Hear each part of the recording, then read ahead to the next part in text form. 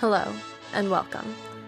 I invite you to take a look at Disney's presentation of the classic 1950s fairy tale, Cinderella, in a way that explores not just the plot, but Cinderella herself as a young woman who very starkly contrasts with the Disney we know and love today. Cue the fireworks. Join me as I compare the old with the new, showing how young women were and are portrayed in a way that depends on the legacy of Disney and the context of the time these respected movies were made in. As for the 2010 fairy tale that will help showcase these important points, we have the story of Rapunzel. These two fairy tale characters, while created 60 years apart, hold a long list of similarities, starting with the fact that these two blonde beauties are to-be princesses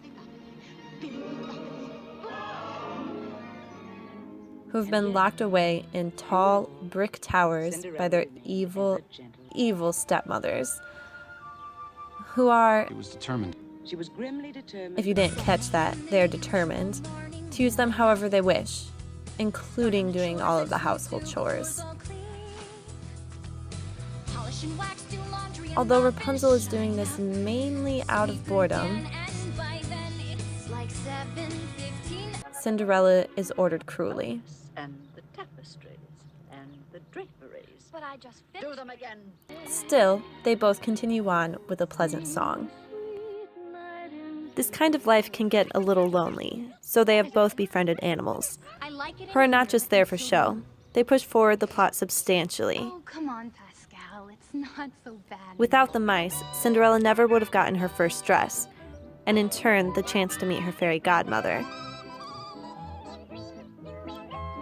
or have been able to get out of her locked room. Oh, please, please. Rapunzel would have never gotten the nerve to say this. I want to see the floating lights. And, without this dog-like horse, Max, Eugene would have never gotten out of prison to save his beloved. Which brings us to this, love. This is where we get into the differences. Cinderella falls in love in a matter of hours, love at first sight, with this man she and the audience knows nothing about. Rapunzel, however, meets her love in a different way. Find me. And she's not following for his usual tricks. Instead, she gets him to agree to take her to see the lanterns. Fine, I'll take you to see the lanterns. Really? Love and ridiculously smart animals are just two more similarities the films have. What do all of these similarities say about women? That they are predictable? Not so much. More so that Disney has a legacy to uphold, and these similarities are part of what make Disney so Disney. The differences are the key to explaining why and how these two women are so different. Recognizing the subplots and how they work together is a first big step into seeing this very different portrayal of women. Cinderella's subplots include the cat and mouse feud, the creepy stepsisters, the stepmother, the king, the prince, being saved, the magic, and the dream. However, each of these lead to one end goal: marriage. Tangled, on the other hand, has much more. While like Cinderella, there is a subplot between the animals, we also have Rapunzel and her so-called mother. Then we have her real mother and father, the crooks, the gang of guys in the bar, Flynn Rider, saving and being saved, violence and action, all of which are leading to multiple goals: staying young, finding a daughter, becoming rich, and fulfilling a dream, which doesn't have to do with love.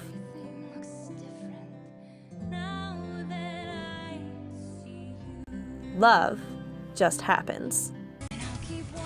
why? Why does Tangle have a much more complicated story, and Cinderella's focused on getting that ring? A lot of it has to do with the time period. While both films are set in relatively the same time period, between 1790 and 1820, they were not created in the same one. Cinderella, like mentioned before, was released in 1950. At this time, the film industry was struggling, and Disney itself was in a tough financial situation. World War II had just ended, and Hollywood had to reconsider what they were going to be, especially because of the Paramount decision, where the industry's monopolies were torn apart. Lucky for Disney, this film would be a great success. The citizens of America were moving to suburbia, settling down. The most desired woman could cook, clean, was soft-spoken, submissive, and in short, was a happy homemaker. The ultimate goal at this time was to be a wife. This is the epitome of Cinderella. Rapunzel, on the other hand, was created in a modern America, where the film industry is back to its old business ways. But these are not monopolies. No, these are much different, bigger. The Paramount decision is out and synergies are in. Disney is booming. And while there's still war and the US is highly desensitized to violence, America is also a place where differences are encouraged. Günther does interior design. Ulf is into mine. Attila's cupcakes are sublime. Bruiser knits killer shows. Stan does little puppet shows. And Vladimir collects ceramic unicorns. And women have many more opportunities, are educated, speak their mind, It was you. and stand up for themselves. Oh, you. Women have more respect and are given more credit, which is one explanation for the film's more complex plot. The ultimate goal is to be whoever you want to be. Rapunzel's character is this to a T. Think about it. Could you imagine Rapunzel doing this?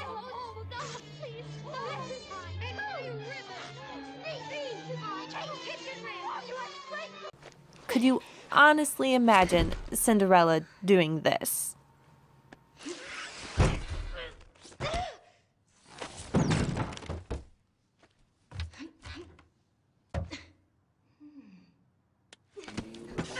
No, probably not.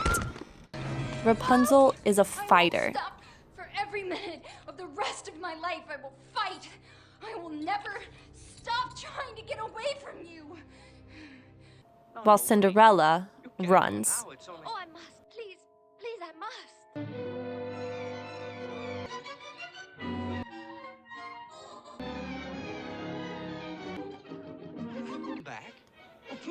One might say it's a maturity thing. How old are these two anyway? I'm turning 18, and I wanted to ask. Cinderella is... Can't tell. I can. She's actually 19. Last I checked, 1 year doesn't make that much of a difference. Yet, here we are. The audience can see the differences clear as day. Cinderella is obviously a hand-drawn cartoon, and Rapunzel's a 3D computer animation. Cinderella has no toes, and Rapunzel does. But their differences don't stop there. Even in stunningly similar shots like this one, the difference in character is blunt. I guess Pascal's not hiding out here. Rapunzel is a strong, independent woman. The film showcases this not just in her actions, but also with the choice of camera angle. Did I mumble, Mother? Or should I even call you that? While Cinderella is submissive and goes on doing as she is told. Good morning, Drizella. Both of which have largely been attributed to the context in which these films were created. In addition to that, the differences are also a way for Disney to keep it fresh. They are not a one-trick pony, much like Max.